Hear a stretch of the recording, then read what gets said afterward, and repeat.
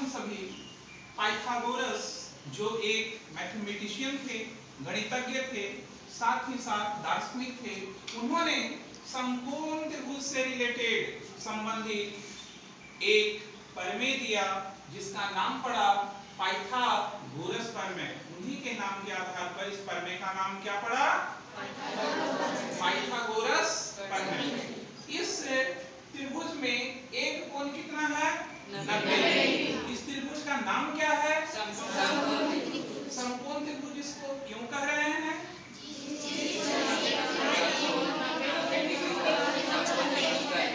तो इसका एक कोण कितने का है? 90। इसलिए इसका नाम क्या पड़ा? जिसमें तीन भुजाएं हैं। सबसे नीचे वाली भुजा को हम लोग कहते हैं आधार, और ये जो खड़ी भुजा है इसे कहा जाता है, और 90 जहां कोण है उसके सामने की भुजा हमेशा कर्ण कही जाती है।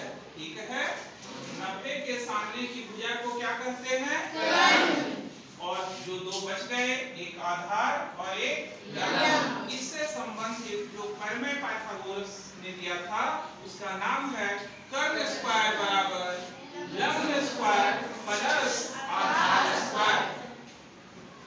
यानी कर्ण का जो वर्ग है इसका वर्ग अन्य दो भुजा कौन कौन सा है? एक लंब और एक आधार, इसके वर्ग के योग के बराबर होता है। ठीक है, इसी बात को अभी हम लोग प्रैक्टिकल करके देखेंगे। हमारे हाथ में ये समकोण त्रिभुज बना हुआ एक सामग्री है जिसमें यहाँ पर ये लंब है, ये आधार है और ये कर्ण है। 90 के सामने वाला भुजा ये कर्ण है। इस फिगर को हमने अपने श्याम पट पर बनाकर रख लिया है। ठीक है, ये वर्गाकार आकृति है, ये भी वर्गाकार आकृति है और ये भी वर्गाकार आकृति है।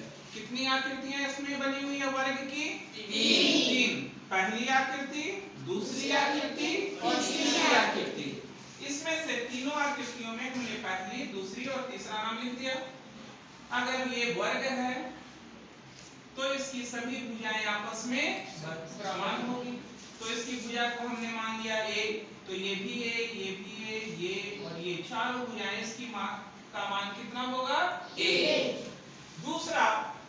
दूसरा वाला को हमने एक भुजा को मान लिया b, तो इसकी चारों भुजाएं कितनी होगी? b। और तीसरा जो हमारा है वर्ग, उसकी भुजा को हमने मान लिया c, तो इसकी चारों भुजाएं क्या होगी? c। और बीच में इससे समकोण त्रिभुज का निर्माण हो जा रहा है जिसमें आधार का मान a, लंब का मान b और कर्ण का मान c है।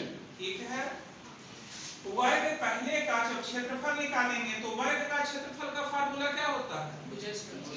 वर्ग का क्षेत्रफल बराबर क्या होता है? यानी भुजा गुना भुजा, भुजा स्क्वायर। तो पहले वाले का भुजा कितना है? a, तो a में a से गुना करेंगे तो क्या होगा? a square. और b में b से गुना करेगा तो कितना होगा? b square. और c में c से गुना करेंगे तो c स्क्वायर।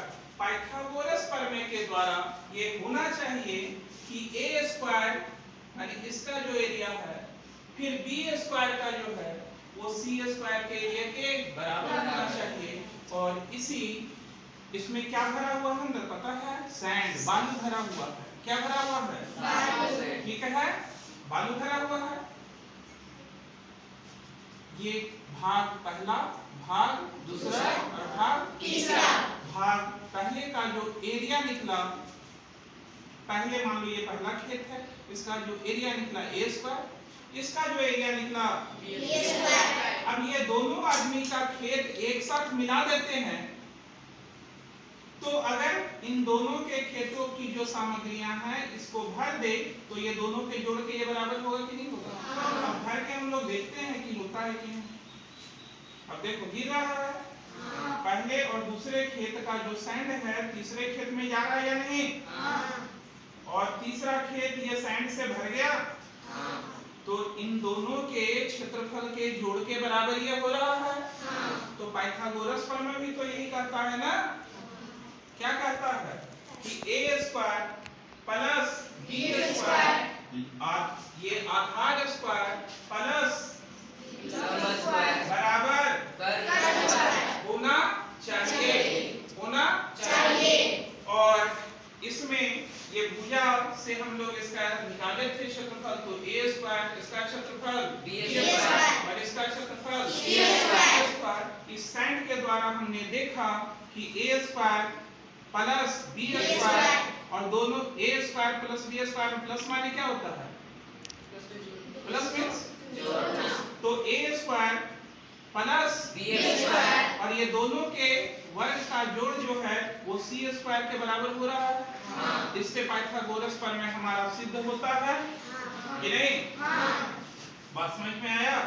तो पाइथागोरस प्रमेय में यही है कि कर्ण का स्क्वायर बराबर लंब का स्क्वायर प्लस आधार का स्क्वायर, जिसको हमने बाई प्रैक्टिकल करके देखा कि ऐसा सच में होता है ना। और इसी से हमारे तीन अन्य फार्मूला बनेगा। एक फार्मूला बनेगा कर्ण के लिए, दूसरा फार्मूला बनेगा लंब के लिए और तीसरा जो हमारा फार्मूला है वो बनेगा आधार के लिए। कोई समस्या नहीं। तो कर्ण यहाँ पर स्क्वायर जो लिखा हुआ है, ये स्क्वायर जब एक साइड से हटाओगे तो अगली तरफ रूट आएगा, है ना। यहाँ से कर्ण से हमने स्क्वायर हटाया तो दूसरे तरफ क्या आया, रूट। ठीक है, तो कर्ण बराबर अंडर रूट लंब स्क्वायर प्लस आधार स्क्वायर। ठीक है, किससे बना? पाइथागोरस प्रमेय के मुख्य फार्मूला से कर्ण का फार्मूला बना। कर्ण के बाद किसको हमने निकाला है, लंब। और उसके बाद क्या निकाला है, आधार। जब लंब निकालेंगे तो सबसे बड़ी भुजा ये कर्ण है, कर्ण में से लंब निकालना है तो आधार घटाएंगे। और जब आधार निकालना है तो किसको घटाएगा, किसको घटाएगा, किसमें से, कर्ण। इसके साथ ही हमारा पहला फार्मूला, दूसरा फार्मूला और तीसरा फार्मूला। पहला फार्मूला किसके लिए, कर्ण निकालने के लिए, दूसरा फार्मूला और तीसरा फार्मूला कंप्लीट हुआ। और इससे संबंधित हम लोग अब प्रश्नों को देखेंगे कि प्रश्न कैसे बनेंगे इस पर, है ना। तो चलो, थैंक यू वेरी मच। अब अगले क्लास में हम लोग मिलते हैं।